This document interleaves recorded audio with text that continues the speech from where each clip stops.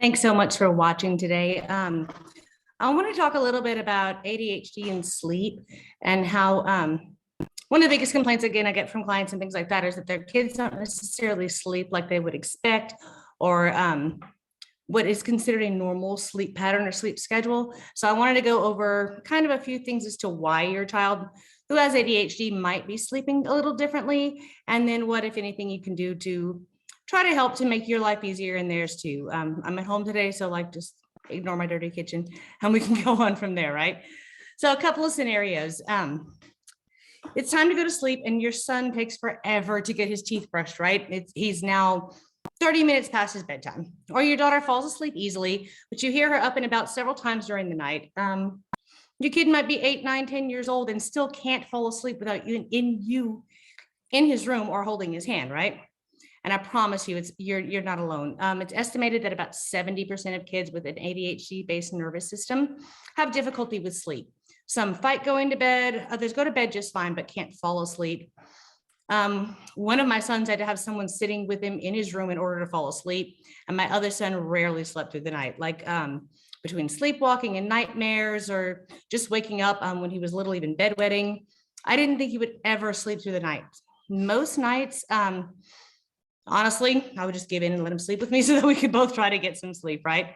And despite what it may feel like in the moment, your child isn't doing this on purpose. He's not trying to keep you awake and he's not punishing you and he's not doing any of this on purpose. It's just sleep doesn't come easily to his brain. And so here's what actually might be going on and a few ideas of what you might use to help you and them get some sleep, right? Okay, so the first scenario, you get them to bed, they're laying in bed and they can't fall asleep. Despite what kind of the popular ideas are, ADHD isn't an inability to pay attention. It's an overabundance of attention. ADHD brains focus on everything around them all the time. It's like this big swirl going on. And that's why concentrating can be hard, right? Well, at night, when the rest of the world quiets down and there isn't anything happening that can catch their attention or kind of draw their focus away, that's an opportunity they have to focus on their own thoughts, interests, ideas. This is especially true for kids who have anxiety as well as ADHD. Their racing minds just go over things that happened during the day or what they plan to do the next day. They may even be worried about something they said or did that got them in trouble at school or worrying whether or not they hurt like their friends' feelings. And so they just have these racing thoughts. Let's be honest, we all have these nights, right? And so one thing that I've learned and we've experimented with in terms of trying to get them to calm their brain down enough to go to sleep once they get into bed, is it to start minimizing the distractions well before it's bedtime. And this means turning off screens at least 60 minutes before bedtimes. And that's not just phones and video games. I'm talking TV, like any kind of screen, any kind of stimulating activity, stop at least an hour before they go to sleep. And instead, you can offer them some calming activities so they can use up this mental energy before they're expected to like go in bed and, try to get the sleep that they need.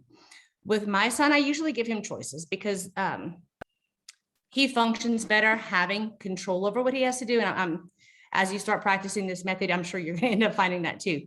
So I give him choices. It's like he can read, or sometimes I'll read to him, write or draw.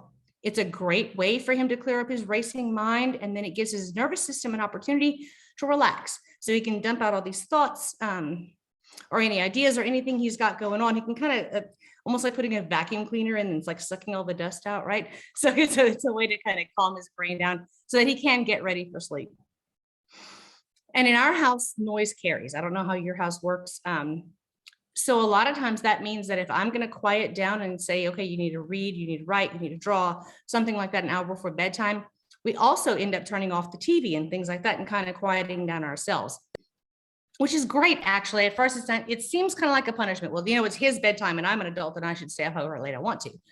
But having that 60 minutes of kind of quiet and calm time with all my screens off too, it gives me an opportunity to sit quietly and catch up on things like grocery lists or like the next day's schedules, or then I get to read too, right? I love novels.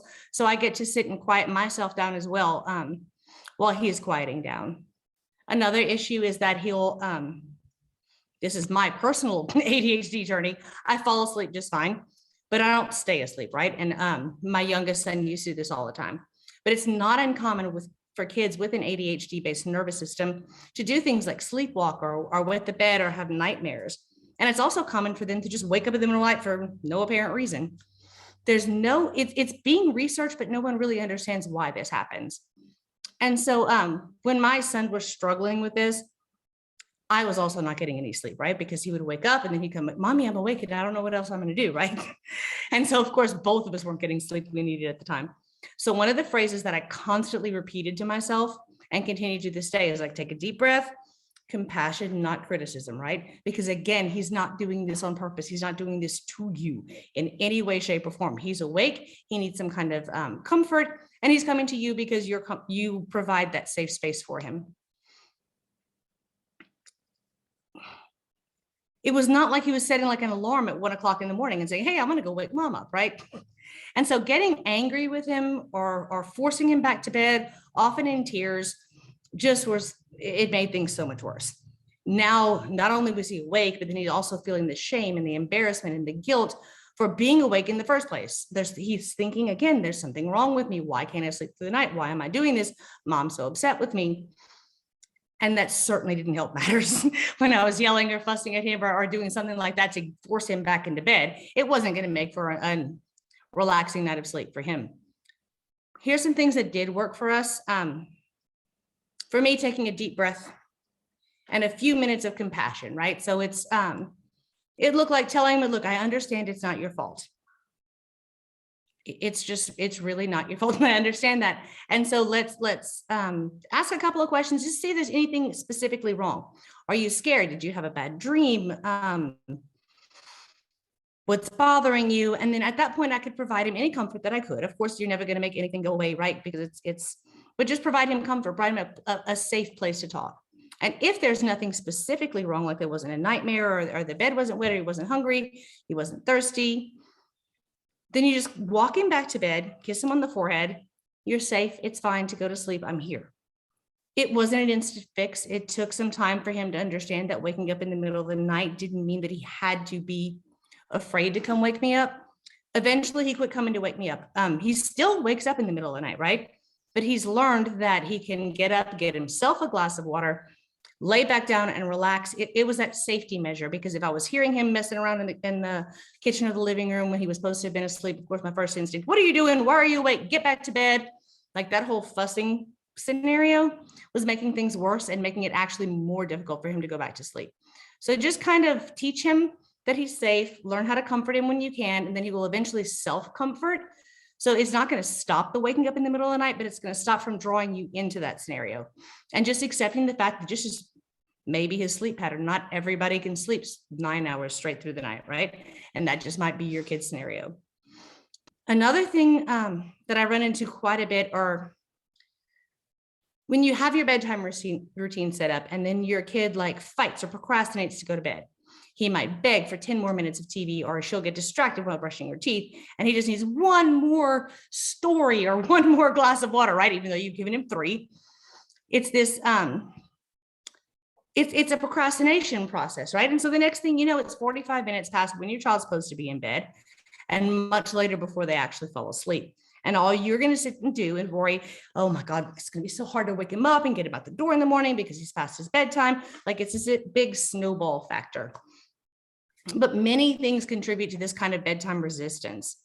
The first is that they might be viewing bedtime as just another have to, like a chore. You don't like being told what to do. If someone says, do this, like orders you around, no one likes to be treated that way. And kids especially. And so when they're in when their perspective on bedtime is just another chore or just another something that they have to do that they don't want to, of course, they're going to rebel, because that's our nature as human beings, not just kids. As human beings, we kind of rebel when it comes to rules.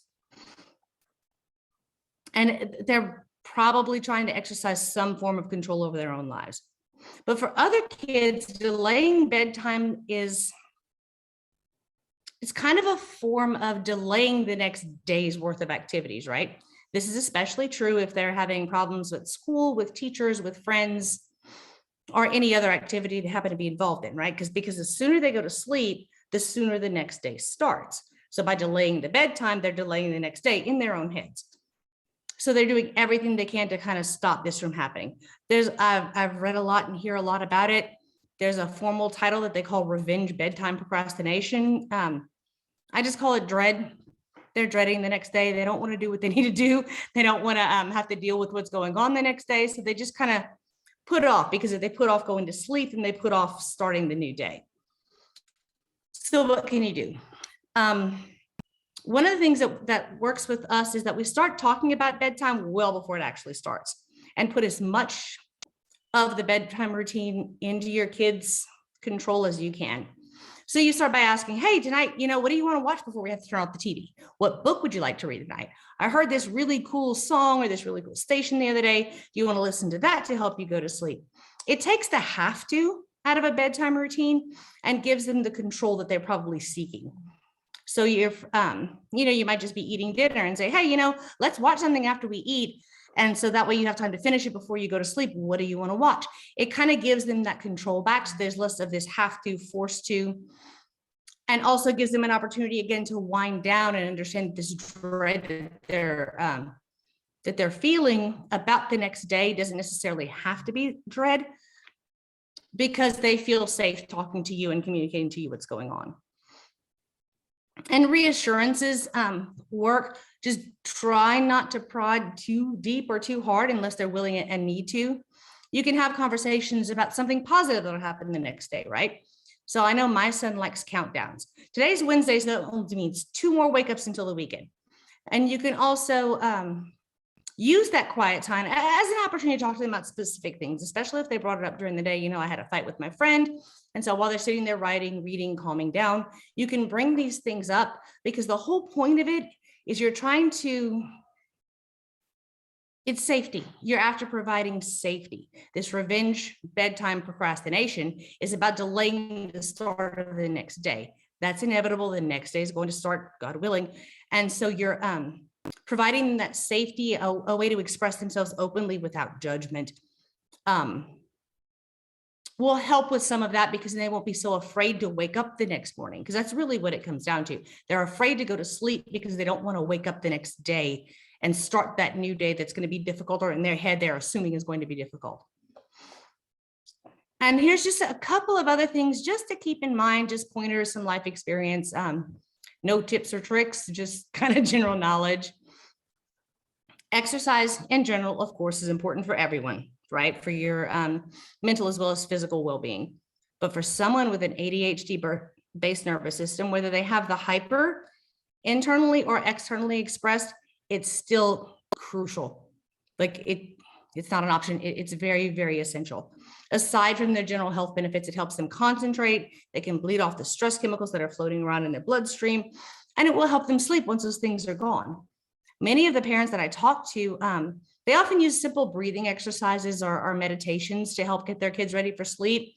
There's tapping that you can do. If you want more information on that, just let me know. I can show you the specifics on that.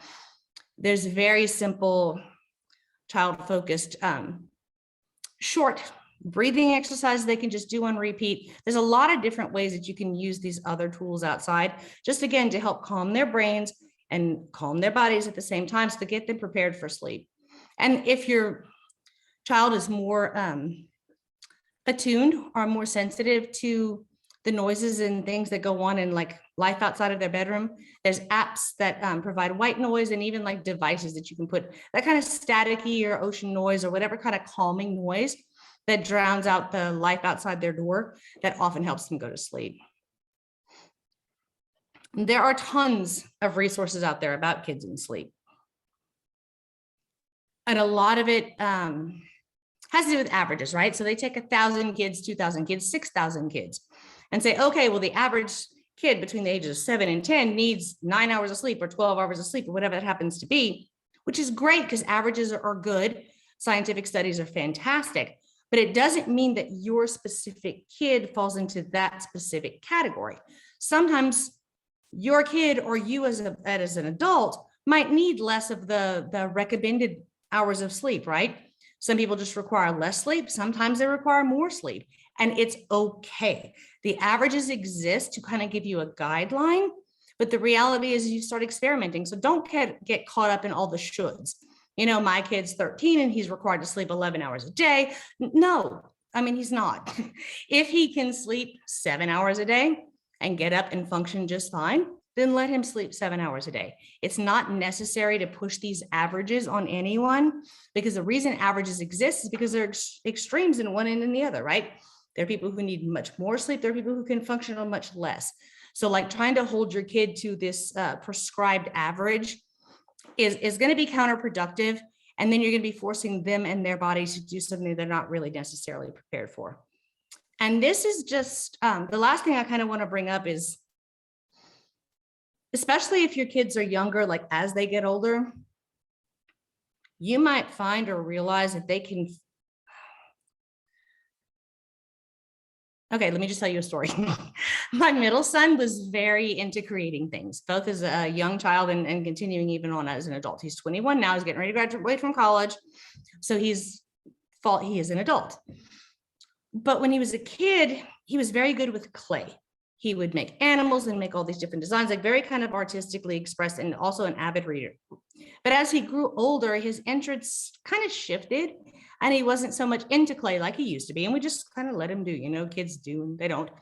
Then one day, kind of seemingly out of the blue, he came out of his room to show us his amazing drawing he'd been working on.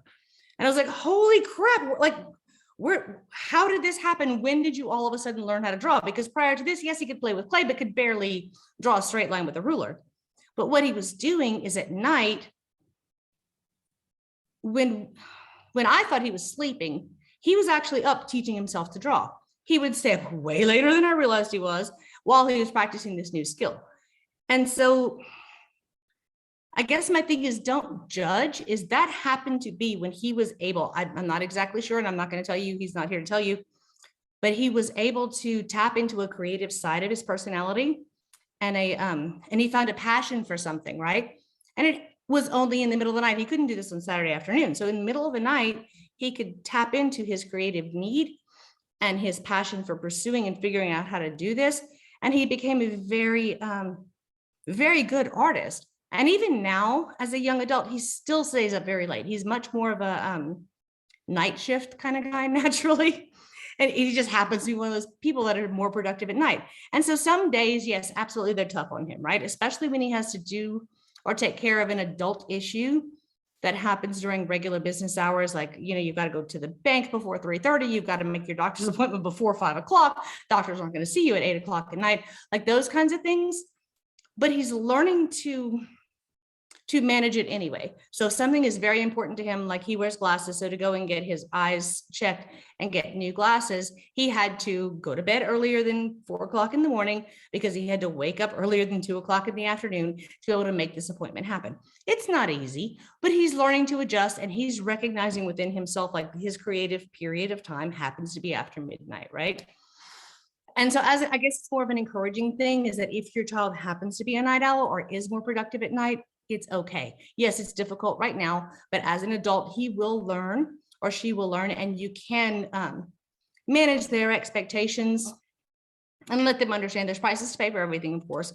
And so if you choose to stay up till 4 o'clock in the morning, great, but you still got to get stuff done during regular business hours too. So, and sleep needs vary from person to person. If your child is having trouble falling asleep or staying asleep, and if none of these things particularly pertain to your situation, but you'd like more information, please let me know. And if you know another parent or friend or anyone else who would like more information on ADHD and sleep, please let me know. This is very much a